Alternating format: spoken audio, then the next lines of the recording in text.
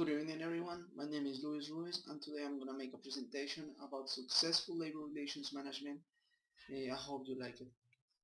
First I would like to make a small introduction about what labor relations is for us.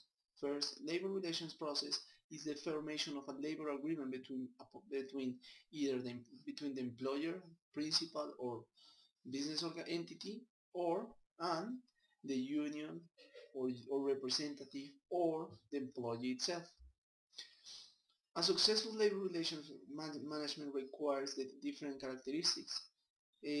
More than characteristics, I consider them like categories. First, we're gonna study the phases of the relationship, and second, we're gonna study the participants that of this exchange process or labor relations process.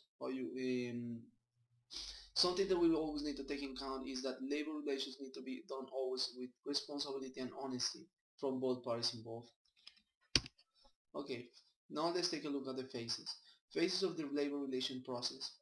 First, the phase 1 is the recognition of rights and responsibilities by the parties, where the parties involved identify their needs, their responsibility, their wants, and the rights that they need in order to enter in agreement. How can this employment agreement can be accepted? Can have like a legal influence? Well, the National Labor Relations Act and the board are principal participants in this labor relation process. They make sure that any employment agreement they always has the respected and the requirements to be considered as a legal agreement.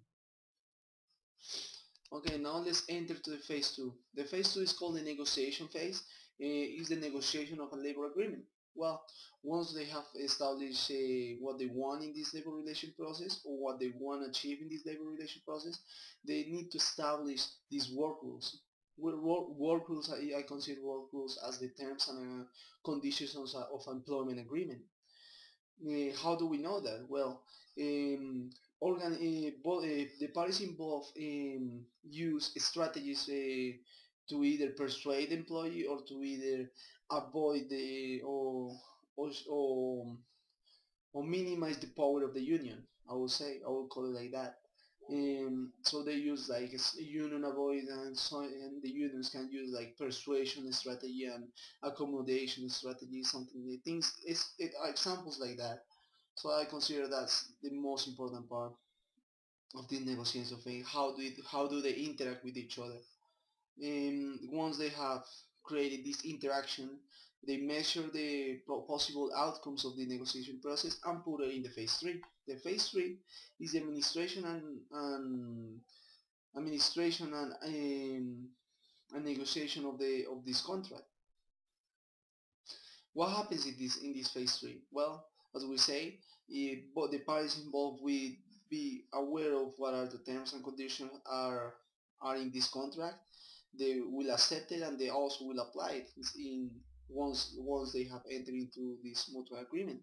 Well, then after this and after the close deal, as I call, the both parties involved will have to get in a constant control and a constant communication from parties. From like in order to look that there is no possible violations of the contractual terms. Now that we have looked at the phases, now let's take a look at the participants in the labor relations process. Depending on the parties involved, the labor relations process will have a positive or negative result. It depends. It depends also how do they interact with each other. Well, for me, the most important participants are the managers or the ownership top. The second one could be like the unionized or non-unionized employees. That's for me. Those two are the most important ones in the labor relation.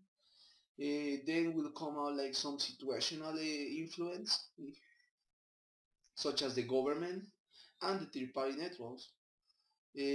As I said before, government could be like the National Labor Relations Board, and the third-party networks could be as negotiators, mediators, and arbitrators. It depends on the how is the situation going in this labor relation process.